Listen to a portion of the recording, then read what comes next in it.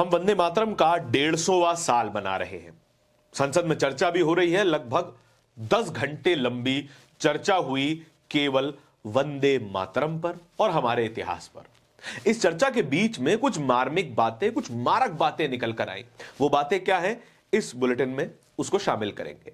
कुछ बातें वो भी निकल कर आई इस चर्चा के अगले दिन, यानी आज के दिन 9 दिसंबर के दिन, जो कि सरकार को सोचनी चाहिए, समझनी चाहिए और जिन देशों से अपना कंपैरिजन करते हैं उनसे जरा आंख मिलाकर देखनी चाहिए। लेकिन सरकार ऐसा करती नहीं है। वो बात भी आज इस बुलेटिन में मेंशन करेंगे। साथियों नमस्कार, यह है बोलता हिंदुस्तान का न्यूज बुलेटिन। आज बात पार्लियामेंट की। सबसे पहली खबर की ओर चलते हैं। सबसे पहली खबर में सांसद अखिलेश यादव केंद्र में है। अखिलेश यादव ने एक भाषण दिया। उसमें कहा कि हम जिन देशों से अपना कंपैरिजन करते हैं वो देश हमसे कितने ज्यादा टेक्नोलॉजिकली एडवांस हैं और वहां पर वोटिंग की प्रक्रिया कैसे होती है उसको जरा एनालाइज करना चाहिए।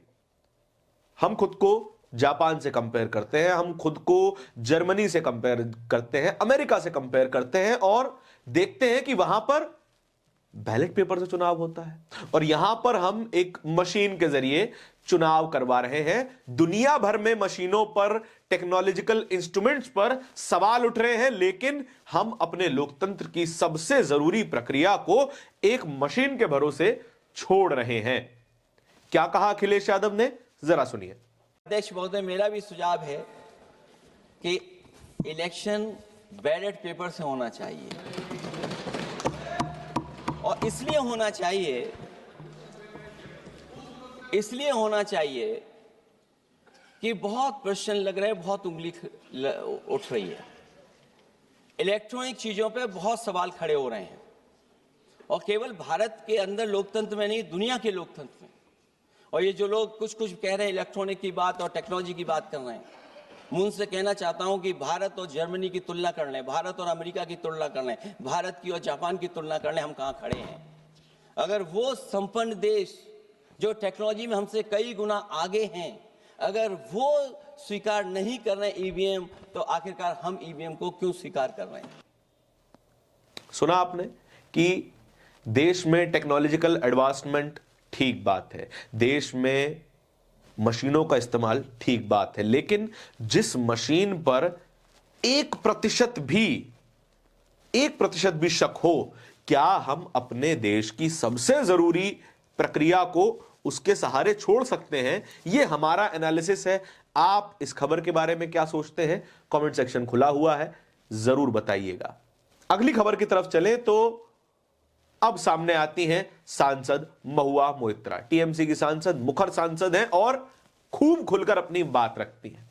बीते दिन यानी 8 दिसंबर को संसद में 10 घंटे लंबी चली चर्चा का विषय था वंदे मातरम। वंदे मातरम इस देश के लिए क्या मायने रखता है, ये हम और आप भली भांति जानते हैं। इस देश का एक एक देशभक्त नागरिक समझता है, जानता है, अपने होठों से गाता भी है, उसमें कोई परेशानी नहीं है। लेकिन चर्चा करवाई गई। चर्चा में एक बार भी यह बात नहीं आई कि वंदे मातरम के असली मानी क्या है। लेकिन महुआ मोइत्रा ने एक बात पॉइंट आउट कर ली। वो बात बताने से पहले हम चाहते हैं ये वीडियो आप देख लीजिए। And by the way, just 2 weeks ago, on November 24th, 2025, the Rajya Sabha Parliamentary Bulletin published a section on parliamentary customs and conventions, where it explicitly informed all members that the decorum and the seriousness of the proceedings of the House requires that there should be no Jai Hind, Vande Mataram, or any other slogans raised in the House. So Vande Mataram, in your view, as of last week, placed on record in a parliamentary bulletin as a slogan that was both indecorous and non-serious. And yet, you suddenly want to discuss it for 10 hours in this House. Why? I'll tell you why. Because no doubt, some half-wit BJP IT cell minion has probably advised you that the Vande Mataram card, if played right, will give you an advantage to the BJP in the 2026 Bengal elections. सुना आपने, महुआ मोइत्रा सीधे तौर पर कह रही है कि वंदे मातरम का इस्तेमाल राजनीतिक फायदे के लिए किया जा रहा है। महबूबा मोइत्रा ने साफ कहा कि इनके आईटी सेल ने सजेस्ट किया है कि अगर आप वंदे मातरम पे चर्चा करवाएंगे तो आने वाले वेस्ट बंगाल के चुनाव में आपको फायदा मिलेगा। वंदे मातरम बंगाल की धरती पर जन्मा। वंदे मातरम वो गीत जो इस देश के एक एक व्यक्ति ने गाया, हमारे स्वतंत्रता संग्राम का केंद्र बना, उस वंदे मातरम को इस्तेमाल किया जा रहा है राजनीति के लिए। यदि ऐसा है तो सत्ता पक्ष को शर्म आनी चाहिए। हालांकि आएगी नहीं, इस बात की गारंटी हम और आप दोनों ही ले सकते हैं। अगली खबर पर चलें तो सामने आती हैं वायनाड से सांसद प्रियंका गांधी। प्रियंका गांधी बड़ी मजेदार बात कह रही हैं। प्रियंका गांधी ने कहा कि आप जितने सालों से इस संसद में हैं, लगभग उतने ही महीने मुझे इस संसद में हो गए, लेकिन मैं आपको एक सजेशन देना चाहती हूं। वो क्या सजेशन है, जरा सुनिए। सर, मैं आपके माध्यम से एक सलाह दे देती हूँ। हमारे प्रधानमंत्री महोदय 12 सालों से इस सदन में हैं, मैं मात्र 12 महीनों से हूँ। फिर भी छोटी सी सलाह है। उन्होंने अभी हाल ही में चुनाव था, कुछ महीनों पहले उन्होंने एक सूची निकाली थी कि विपक्षी दलों ने और विपक्ष के नेताओं ने कितने अपमान किए हैं इनके, और उसमें शायद 90-99 ऐसे उन्होंने अपमानों की सूची बनाई थी। तो मैं उनको एक छोटी सलाह देना चाहती हूँ कि नेहरू जी से जितनी भी शिकायतें हैं, जितनी भी गलतियां उन्होंने की आपके जहन में, जितनी भी गालियां देनी है, जितना भी अपमान करना है, उसकी भी एक सूची बना दीजिए। नहीं, बात खत्म नहीं है। 999 अपमान, 9,999 अपमान, सूची बना दीजिए और फिर हम एक समय निर्धारित करते हैं। जैसे हमने 10 घंटे आज वंदे मातरम पर हमने बहस किया है ना, उस तरह से हम अध्यक्ष महोदय जी से पूछेंगे, एक समय निर्धारित करेंगे, 10 घंटे, 20 घंटे, 40 घंटे, जितने घंटों में आपकी ये शिकायत पूरी हो जाए, सदस्य आप शांत हो जाए और हम बहस कर लेंगे। लेकिन इस सदन का कीमती समय, जिसके लिए हमें यहाँ पे जनता ने भेजा है, जैसे हमें जनता की समस्याओं को हल करने के लिए चर्चा करनी चाहिए, इस्तेमाल करना चाहिए, उसको एसी के लिए इस्तेमाल करिए। उसके बाद जैसे अंग्रेजी में कहते हैं ना, जैसे अंग्रेजी में कहते हैं कि once and for all let's close the chapter, close कर लीजिए। देश सुन लेगा क्या क्या शिकायतें हैं, किसने क्या किया, इंदिरा जी ने क्या किया, राजीव जी ने क्या किया, परिवारवाद क्या होता है, नेहरू जी ने कौन सी गलतियां की, सुना लीजिए, फिर खत्म। उसके बाद बेरोजगारी, महंगाई, महिलाओं की समस्याएं, जो पीएमओ में हो रहा है उसकी बातें, उसकी चर्चा, जो बैटिंग ऐप के बारे में हो रहा है पीएमओ के अंदर, आप सदस्य प्लीज, जो एफस्टीन फाइलों में आपके मंत्री महोदय के नाम निकल आए हैं, माननीय उसकी चर्चा करेंगे। आप वंदे मातरम में बोले। सुना आपने कि वंस एंड फॉर ऑल तेरी मेरी बात खत्म करते हैं कि तुमने मुझे क्या कहा, मैंने तुम्हें क्या कहा, नेहरू को आपने क्या कहा, और इस देश को इस पूरी डिबेट से निजात दिलवाते हैं। हम फंसे हुए हैं कि नेहरू की क्या क्या गलतियां थी, हम फंसे हुए हैं कि इससे पिछली सरकारों ने क्या क्या गलतियां की। चलिए माना की, और ऐसा हो भी नहीं सकता कि ना की हो, आपकी भी बहुत गलतियां हैं। भविष्य में आपको भी याद दिलाया जाएगा कि आपके कार्यकाल में कितनी कितनी गलतियां हुई हैं, और हर सरकार को याद दिलाया जाता है।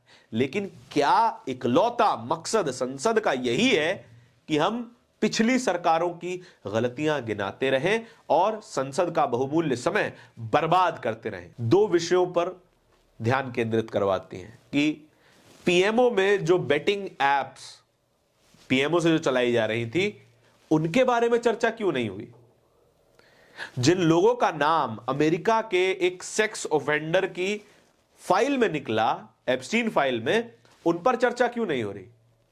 यदि आप समझते हैं, आप एक दर्शक होने के नाते समझते हैं कि यह विषय भी जरूरी है, तो कमेंट सेक्शन में आपके विचार जरूरी हैं। अगली खबर पे चलने से पहले एक बात बताना चाहता हूं कि वंदे मातरम हम सभी के लिए एक ऐसा गीत है जिससे हमारी देशभक्ति की भावना जुड़ी है, कोई भी व्यक्ति अगर कहे कि वंदे मातरम मेरा नहीं, आपका नहीं, या फिर किसी को भी इसमें से एक्सक्लूड करता है, तो वंदे मातरम की मूल भावना पे यह चोट होगी। इकरा हसन, सांसद इकरा हसन यही बात कह रही है। इकरा हसन ने एक एक करके वंदे मातरम के एक एक शब्द का मतलब बताया। उन्होंने कहा कि वंदे मातरम तो शीतल हवा की बात भी करता है, सुगंधित हवा की बात भी करता है। क्या देश में सुगंधित हवा है या जहरीली हवा है? सवाल है। वंदे मातरम तो पवित्र नदियों की बात करता है जिनका जल जीवनदायक है। क्या हमारी गंगा, यमुना, गोदावरी, अलकनंदा, क्या ये तमाम नदियां जीवनदायक अब बची हैं? क्या उनकी स्थिति उतनी है कि इन्हें पवित्र कहा जा सके? भावनात्मक रूप से वो पवित्र रहेंगी, हमेशा रहेंगी, लेकिन भौतिक रूप से क्या वो पवित्र हैं? इस बात पर सवाल है। और जब जब आप किसी एक व्यक्ति को भी इस देश में एक्सक्लूड करेंगे, या फिर किसी एक कम्युनिटी को, फिर चाहे वो दलित हो, फिर मुसलमान हो, कोई भी माइनॉरिटी हो, एक्सक्लूजन की जब बात आएगी, तब वंदे मातरम का मतलब सार्थक नहीं हो पाएगा, ऐसा इकरा हसन कह रही है। अगली खबर की ओर चलते हैं। अगली खबर एक जरूरी खबर में मणिपुर है। मणिपुर के एक सांसद है डॉक्टर अगोमचा बिनोद, कांग्रेस के सांसद हैं, और उन्होंने जो बात कही है वो बड़ी मारक बात है। कांग्रेस पार्टी और विपक्ष ने कई बार संसद में मांग की कि कम से कम मणिपुर पर चर्चा ही करवा लीजिए, मणिपुर की बात ही कर लीजिए। मणिपुर के बारे में प्रधानमंत्री ने जितना कम बोला है, दुनिया का ऐसा कोई नेता नहीं होगा जिसने अपने ही देश के एक हिस्से में लगी हुई आग के बारे में जितना बोला हो, या फिर इस तरीके से इग्नोर किया। बड़े बुरे से बुरे लोग अगर सत्ता में होते भी हैं, तब भी इस जैसी मणिपुर जैसी घटनाओं को, मणिपुर जैसे क्राइसिस को एड्रेस तो करते ही हैं, लेकिन प्रधानमंत्री जी ने ऐसा कुछ नहीं कहा। मणिपुर में आज भी 65,000 लोग विस्थापित हैं, रिलीफ कैंप्स में रहने को मजबूर हैं, अपने घरों से दूर हैं, उन बच्चों की पढ़ाई नहीं हो रही, उन लोगों को खाना ढंग से नहीं मिल रहा, लेकिन फिर भी कोई चर्चा नहीं, कोई डिस्कशन नहीं, कोई डिबेट नहीं। लेकिन डिबेट वंदे मातरम की।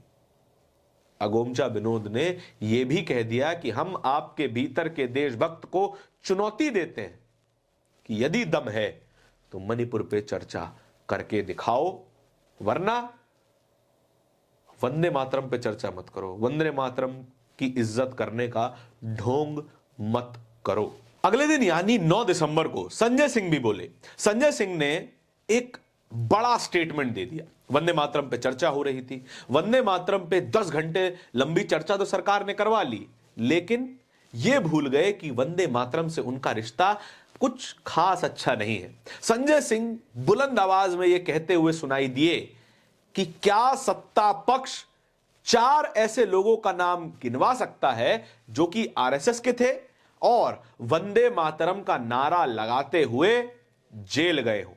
इनका कोई योगदान नहीं है। पूरी बात 4 लोग ऐसे जो कि आरएसएस के थे और वंदे मातरम का नारा लगाकर जेल गए हो, और जिन लोगों ने आरएसएस के मुख्यालय पर तिरंगा झंडा लहरा दिया, उनके खिलाफ 13 साल केस लड़ा आरएसएस ने। और ये लोग राष्ट्रवाद की बातें करते हैं, और ये लोग वंदे मातरम की बात कर रहे हैं। ये लोग आज देश के सबसे बड़े देशभक्त हैं। देशभक्त और देशद्रोही की ही बात की जाए तो राहुल गांधी ने भी अपना योगदान इसमें दिया। दूसरे दिन यानी 9 दिसंबर को राहुल गांधी भी संसद में बोले। विपक्ष के नेता के तौर पे उन्हें सबसे ज्यादा समय दिया गया, और अपनी स्पीच का अंत उन्होंने जिस बात से किया वो बात बेहद जरूरी है। उन्होंने कहा कि वोट चोरी देश में सबसे बड़ा देशद्रोह है, सबसे बड़ा देशद्रोह, और ये काम कर रहे हैं सो कॉल्ड देशभक्त। चुनाव आयोग के चुनाव आयुक्तों से भी कहा कि आप निश्चिंत हैं, क्योंकि आप पर कार्रवाई नहीं की जा सकती, नियमों के तहत कार्रवाई नहीं की जा सकती, कानून है इसलिए कार्रवाई नहीं की जा सकती। लेकिन याद रखिए, हम ये कानून बदल देंगे। और इन दोनों ही बातों को खूब चर्चा में लाया जा रहा है। जब भी विपक्ष की सरकार बनी तो राहुल गांधी ने सीधा इशारा दिया है कि रेट्रोस्पेक्टिवली जो भी वोट चोरी में सम्मिलित पाया गया या फिर वोट चोरी करता पकड़ा गया है, उसके खिलाफ कानूनी कार्रवाई की जाएगी, जो कि आज नहीं हो सकती। तो ये तमाम वो खबरें थी जो कि बीते 24 घंटे में संसद से निकल के आई। संसद में जो जो डिस्कशन हुए और उनमें से सबसे जरूरी हिस्से हमने आपके सामने रखने की कोशिश की है। कुछ छूट गया हो तो बताइएगा जरूर, फूल हो या पत्थर फेंकिएगा जरूर। अब बारी है आपकी। इसी तरह की खबरें और भी देखते रहने के लिए बोलता हिंदुस्तान को सब्सक्राइब जरूर कीजिएगा। बहुत बहुत धन्यवाद।